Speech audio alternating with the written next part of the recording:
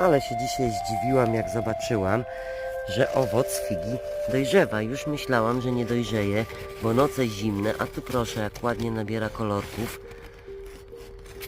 Także chyba spróbuję tego owocu z drzewa. Ale się cieszę. Super. To moje pierwsze drzewko posadzone w tym roku. Pewnie niektórzy myślą, z czego ja się tak cieszę. Ale ci, co kochają rośliny, to wiedzą, o czym mówię. Po prostu super.